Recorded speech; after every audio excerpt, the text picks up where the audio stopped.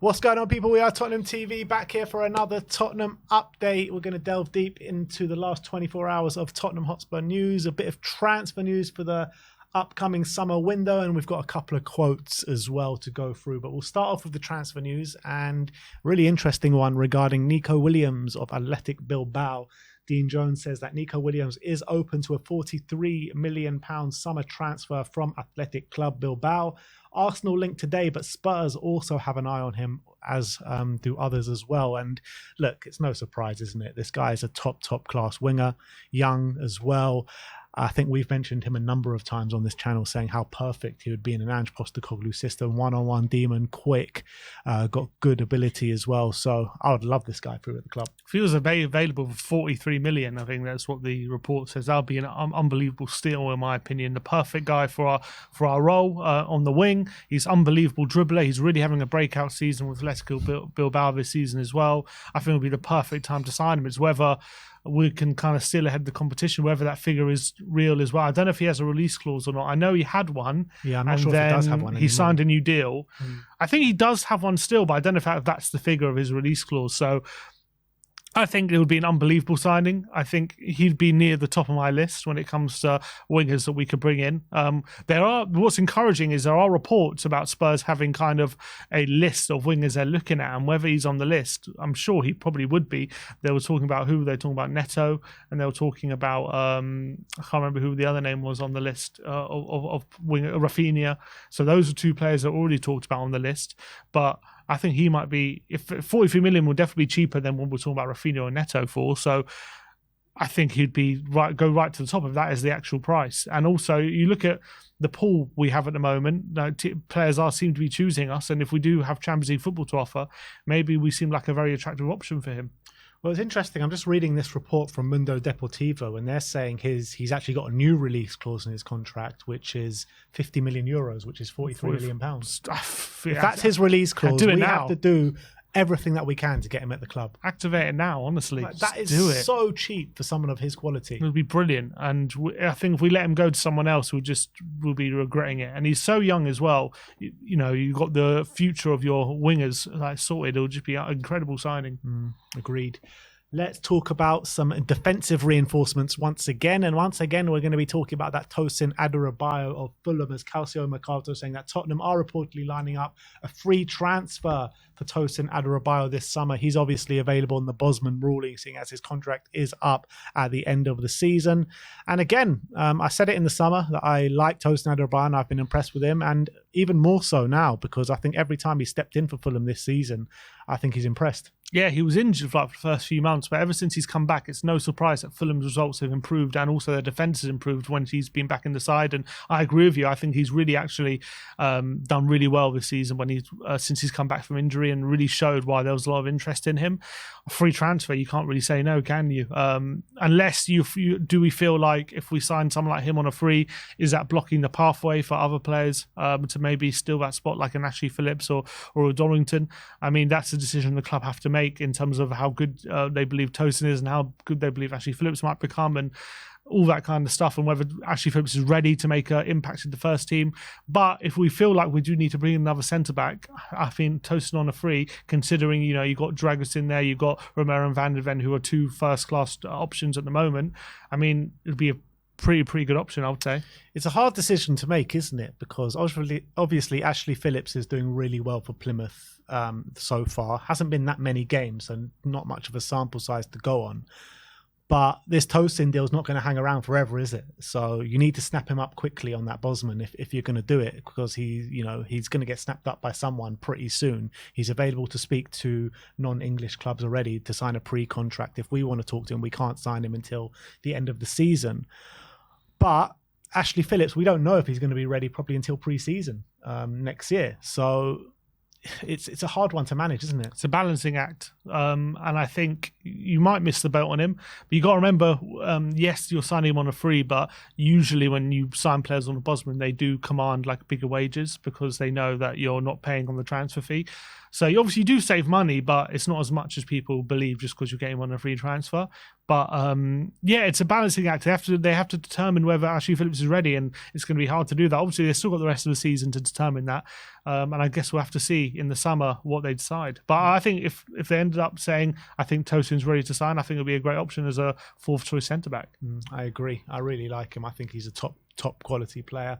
But let's talk about these quotes now. We're going to start off with Cuti Romero. He's talking about how much he's loving life at Tottenham at the moment. And he says, you can maybe say that I'm enjoying this season the most since I've been here. This season, the club have made some important changes, which I think have helped connect us with the supporters, as well as helping to grow and improve the club. And by continuing with these important changes, we can aim to achieve even greater things. At the end of the day, the key thing for us players is to ensure we leave our mark and make an impression here. We do that by winning trophies and winning silverware. It doesn't just depend on having a good manager and a good squad of 25, 26 good players. It depends on the atmosphere that you experience here every day, where you feel you need the extra pressure that we put on ourselves and that everyone around here puts on us, who all want to achieve stuff and do well. Recently, changes have come about with this club and in every aspect to keep improving things. But these things take time, because I don't think that you can just start winning trophies from one day to the next. If the chairman and the club owners continue with these positive and important changes, we will continue to get closer to being able to really compete at the top with the likes of Manchester City and Liverpool, as I think today they are the ones who have made the difference in that sense. And then he was talking about him playing alongside Mickey van der Ven as well, and he says we're getting to know each other better and better after each game and each training session, and that he's a great guy, a great youngster who is in great form, in my opinion, and how I understand the game. And speaking about the current form, I think that any of the defenders I could pick out of here or elsewhere, Mickey is one of the very best, if not the best, currently in the Premier League. And I'm happy, very happy to be playing alongside him, because both of us are growing and improving together as players. So it's really great to have him lining up next to me. Some high words there for Mickey van der Ven. I mean, I agree with him. I think Mickey van der Ven has been one of, if not the best, well, maybe not the best, but definitely one of the best centre-backs in the Premier League this season. Yeah, considering his age and considering his consistency when he's been on the pitch, obviously did suffer that injury, I think he's come to the Premier League and performed so well, like surprisingly well, so quickly. I remember when we were talking about him in the summer, obviously we were very excited about bringing him in, but we did think there was going to be a bit of a bedding in period. He was going to take time to adjust to the Premier League, but it seems as though he's been playing in the Premier League his whole career, and he seems such a mature player as well. He's not in a weird way different to Romero. He doesn't dive into tackles, and he's not rash in that way. He's so composed, and he plays like a defender with the mentality of like an experienced veteran, which is so impressive. And I completely agree with Romero. I think they just balance each other out so well. They're like the yin to each other's yang. In terms of what he was saying about how happy he is at the club, it's very interesting, because obviously there were reports, weren't there, in the summer that, or not the summer, the back end of last season, he wasn't happy and maybe he was looking to leave, and there was even reports if Conte was to stay, he would look to leave and stuff like that. And it's not the first time I've heard him mention it, but he was kept saying if the chairman and the management keep making these good decisions, then we're going in the right direction. And maybe that's an indication that he wasn't totally happy with the decisions that the ownership was making previously, and now that they've changed and obviously he's become vice captain, he's a lot more settled than he was, and he's delighted with the direction the club are going in. And I'm really happy he's taking interest in all these different things, because it's very easy for players to just focus on their day-to-day and their what they got to concentrate on their game. But he's looking at the club as a whole, which is maybe an indication that he really feels like he's at home here, and he's more interested in how the club is doing on the wider picture, not just how he's doing personally and how the team are doing. He looks at the ownership as well, and I think that's quite telling. Yeah, and apart from that as well, he's also spoken about in the past of how much London is a home to him now. He loves the city. He wants to be here for the long term. He thinks it's a good place for him to bring up his kids and build a family here and everything like that. So I think it ticks all the boxes here for Cuti Romero. And I think the one thing that was letting him down was the direction the club was going in his first few years here. And I think that seems to be sorting itself out now with Ange Postecoglou at the helm. And as he mentions, the chairman making the right decisions finally. So hopefully it can just keep going on that trajectory. And a happy Romero is only going to benefit all of us. Definitely. And also back on that Mickey van der Ven thing, people might call me crazy for this, but I actually think Mickey van der Ven is comparable to Saliba, who everyone waxes lyrical about week in, week out. I think he's on that level.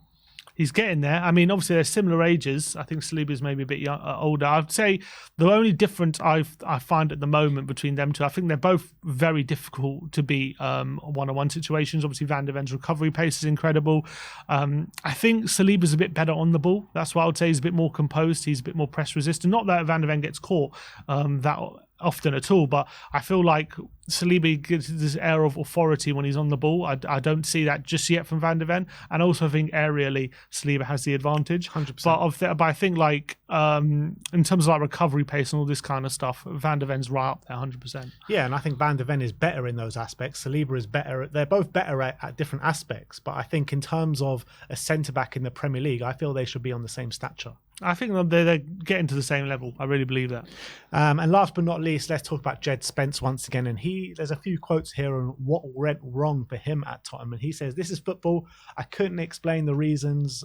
What is certain is that when you don't play, it's difficult to demonstrate your value. There's no point in asking too many questions, but I believe that even in difficulty, there's always something to learn. Whichever coach you are, it makes you richer inside." So I'm not sure what he's on about.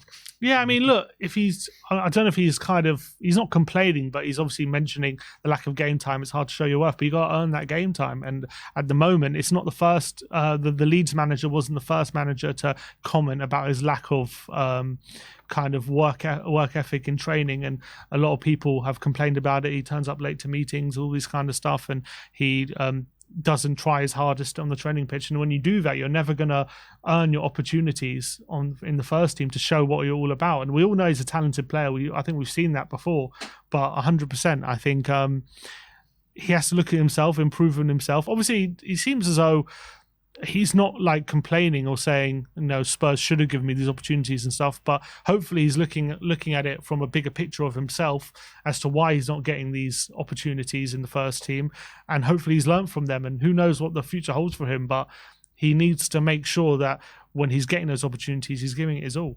Yeah, and it wasn't just the Leeds manager, Daniel Farke, that was talking about him in that aspect. I mean, Neil Warnock, before he joined Spurs, was speaking about him in that aspect, saying, oh, this guy's never going to make it at the top level because of his attitude problems.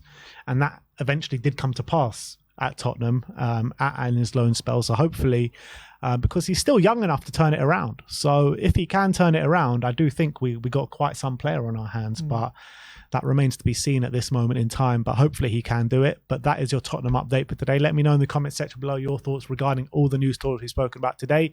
Like, subscribe and comment. And as always, come on you Spurs.